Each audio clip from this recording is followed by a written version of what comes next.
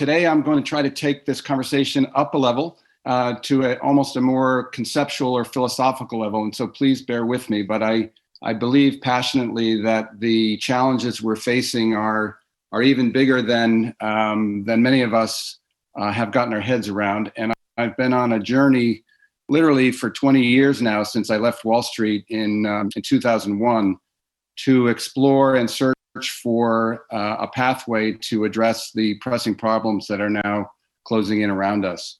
In 2010, I founded the Capital Institute with the purpose of exploring the question of how to rethink our economic system so that it can work in a way other than exponential extractive growth on a finite planet, which has clearly reached the ends of its possibilities.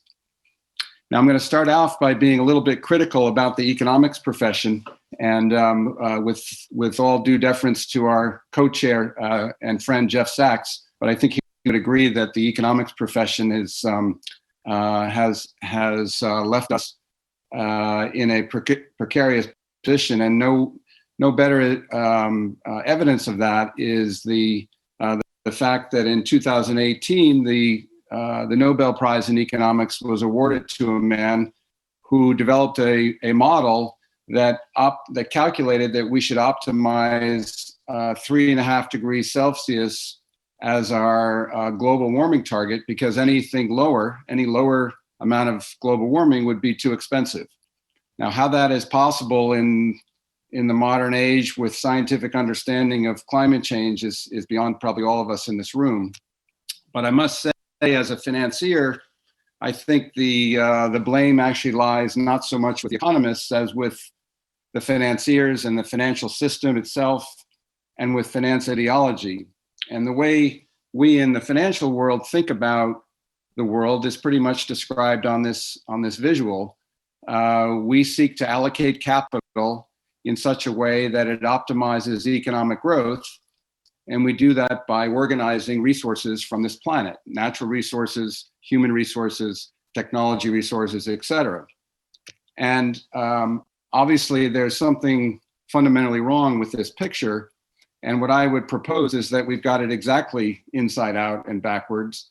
And we need to move finance and finance ideology and the allocation of capital back into its right relationship with the human society, with the human economy, and with the biosphere, the planet Earth that is the home of the human economy. And this idea of right relationship, symbiotic win-win relationship, is really one of the core principles of a regenerative economy, as I'll talk about in a second. So just to quickly recap, this idea of finance being at the top of the pyramid is the way the world of finance looks at this. And my point was that it's actually exactly inside out, and we need to move finance, the flow of investment capital, back into service of a regenerative economy, and an economy that's embedded in the biosphere itself. So my point is that the theories that we run the world on, the economic theories and the financial theories, really are determining how we see the problems that we're facing. And so it's not just a question of building new models and showing things can be done, but we actually need to change the way we think. And the way I've learned through this search of mine that the world actually works is quite different than the assumptions embedded in our economic and financial paradigms. And very briefly, there are sort of simple causes, direct causes on the left. There are things in the world that are explainable by simple causes, like if you drop an apple from the tree, gravity causes it to drop to the ground.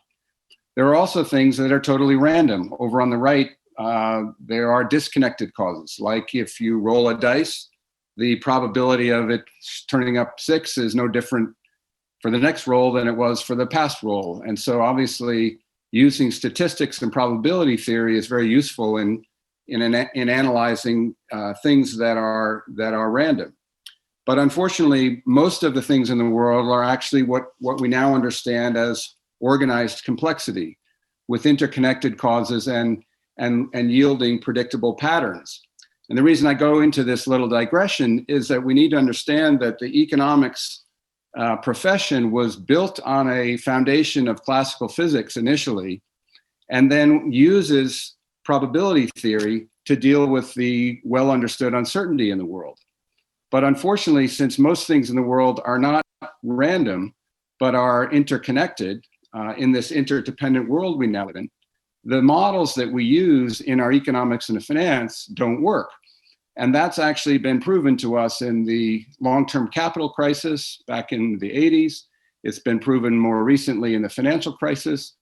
And I think the evidence in the world of the kind of accelerating chaos shows us that they're not working across all the fields of our global economy. If we understand how natural systems work, we can see that these interconnected relationships actually can create not only random processes, but exquisite order. And I would suggest that our challenge is to see the order within the chaos and understand we need to move our economic thinking, our financial thinking, and our business models into alignment with the true nature of how this planet actually works. So what I'm proposing is that we're in the midst of a much bigger change than simply we need to make business sustainable. What I'm proposing is that we've reached the end of modern era thinking and are in the process of a transition to what many are calling integral era thinking. And we're at this critical inflection point, which is why it feels so chaotic.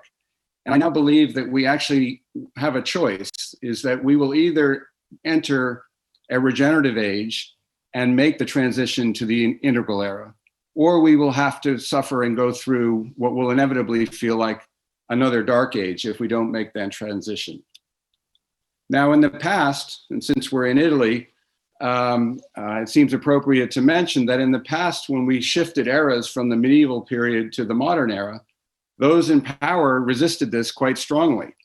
And in fact, Galileo was instructed to abandon this idea that the sun stood at the center of the universe. Now, the modern Pope, and I pick on Alan Greenspan as an example of the Pope or the Church of Economics. He acknowledged at the end of the financial crisis that the intellectual edifice of our financial system literally collapsed with the financial system at the same time. In other words, our intellectual understanding of the financial system was bankrupt. And we are in the process of rebuilding a new understanding of not only economics, but also finance. And I believe we're blessed to have a new Pope. And you note the color of the red tie is consistent throughout. But our new Pope has a much more enlightened understanding. And the encyclical that came out in 2015, in which I quote him, "We urgently need a humanism capable of bringing together the different fields of knowledge, including economics, in the service of a more integral and integrating vision." So again, aligned with this idea of a shift to an integral era. Now, when that encyclical came out, it literally gave me goosebumps because just the month before it was published, I put out my booklet called Regenerative Capitalism: How Universal Principles and Patterns, that is the principles of living systems, will shape our new economy. And so this is an idea that has gaining purchase across many fields. And in fact, it is affecting every domain of knowledge, I would suggest. And if we had more time, I could run through how it's affecting each of these. But obviously, for example, in education, we're shifting from disciplines of knowledge to transdisciplinary knowledge. In healthcare, we're moving from disease care to a more integral understanding of health, et cetera. Now, with respect to economics, I'll lay out a definition that we use at Capital Institute. It doesn't mean it's the best one, but this is how we think about regenerative economics. And that is, it's the application of nature's laws and patterns of systemic health, self-organization, self-renewal, and regenerative vitality to socioeconomic systems. Now, this is the most, I believe, the most recent and ultimately important innovation in economic thinking that has been that has grown out of our neoliberal kind of base case or core understanding of modern economics. The environmental economics thinking is organized around this idea that we need to put a price on and internalize externalities. And of course, that is true. The trouble is that leads us to an outcome like the award of the Nobel Prize to someone who puts a price on carbon at such a way that we destroy everything that we hold dear. And much more important improvement in economic thinking, in my opinion, is the advance in what's called ecological economics, where Herman Daly introduced this idea of scale and recognized that on a finite planet, the metabolism of an economy, the material throughput of an economy, too, needed to be limited and in alignment with the scale of the biosphere.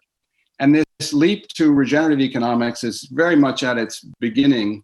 I think we're in the first chapter of a long exploration on this, but it's the idea of applying living systems principles to our economic understanding and pretend that the human economy needs to behave like a living system. And I actually think that is the crux of the matter. And what's exciting about that is that if we do that, just like within other living systems, whether it's your body or your community or your bioregion or the entire planet itself, we will unlock massive hidden potential that we cannot yet see. And that will be the source of our future prosperity, since exponential economic growth that's extractive and destructive and degenerative can no longer serve as the source of our prosperity. Now, here's a visual to understand a little bit about how regeneration fits within the sustainability context.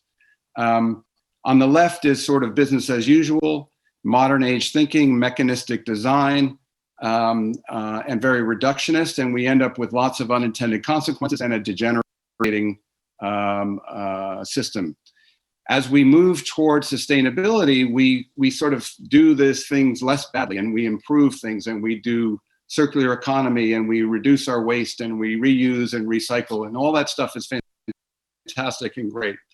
But what we've learned is that we'll never get to sustainable by incremental change. What we need to see, in my opinion, is a radical shift toward thinking of the human economy as a living system, and to understand that the regenerative process on the right is the means to which we achieve sustainability. So in other words, the regenerative process is the essence of what we need to understand, and sustainability will be the outcome of that process, just like our bodies are regenerating during this conference, and therefore we as human beings are sustainable for a long period of time. Now, in the paper I wrote in 2015, which is available on our website, capitalinstitute.org, I tried to reduce the idea of regenerative economics into as few principles as I could. I came up with 8 and recognized that that act of reducing something whole into 8 principles is itself a reductionist exercise. I don't have time to go through these today, but I encourage you to have a look at the paper. These are principles like in-right relationship, seeking balance, the balance between efficiency and resiliency, for example, empowered participation. All parts of the system need to contribute to the health of the whole system for the system to be healthy. And of course, innovative, adaptive, and responsive, the role of entrepreneurs in a healthy system. I've also laid out in a paper called Finance for a Regenerative World how the movement in the investment world, from conventional passive index funds and hedge funds, activist hedge funds on the left, all the way over to what's more regenerative on the right. The idea is that integral capital and systemic philanthropy are really still in the future. They rarely exist in the real world today. So the question is, can the exponential decade that we've started here actually be the transition to a regenerative world? And I believe the answer to that is yes. It means all individuals, businesses, investors, governments, NGOs, and importantly at the bioregional level, because bioregions honor community place is one of our principles. So the bioregion is a critical unit of analysis. There's no logic that a corporation or a nation state is the appropriate unit of analysis when we're looking at living systems. And the point is, we need to have a set of shared values around the importance of this. We need to see the world differently through this regenerative lens. and we need to apply our technologies in alignment with this living systems approach if we are to reach the goal, certainly in a decade, if not in several decades that are critical in the days ahead. Now, obviously, solar or renewable energy is a critical piece of this. I won't talk about that, but consistent with the prior conversation, I'd like to talk briefly about the carbon sequestration potential of nature. The grasses are perennial plants. They build huge roots that sequester carbon. We've systematically taken what's on the right in this photograph and turned it into what's on the left by our reductionist approach to cattle grazing. But cattle grazing can be done in such a way that it regenerates the land. That photograph on the right is the product of holistic planned grazing. The Savory Institute has a global network of ranches managed in this way, and major companies are now sourcing their wool, sourcing their meat, sourcing their leather from ranchers. It's similar to the coffee example you heard earlier, ranchers that are managing land in such a way that actually builds soil, builds carbon in the ground. And if you recognize how big the grasslands are, this actually adds up to 1 trillion tons of carbon opportunity to pull carbon out of the sky. One of my moonshot projects, maybe I should apply it to the Earthshot initiative, is actually around grass as well, but in this case dealing with the insane process we have of using grain to feed our protein, chickens, hogs, and cattle as well.